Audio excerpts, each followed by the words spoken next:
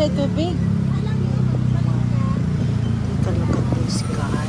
He's just sitting on the street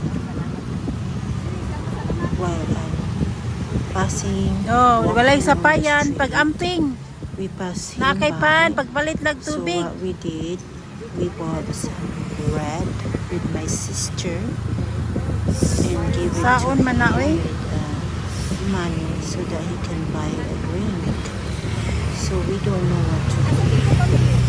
So we talked to him for a little bit, and I don't know where he's from. But his finger is really messed up. It's about to cut off. Please share this video. Thank you so much. Mot lang unsay laing mahimo ani. We don't know what to do.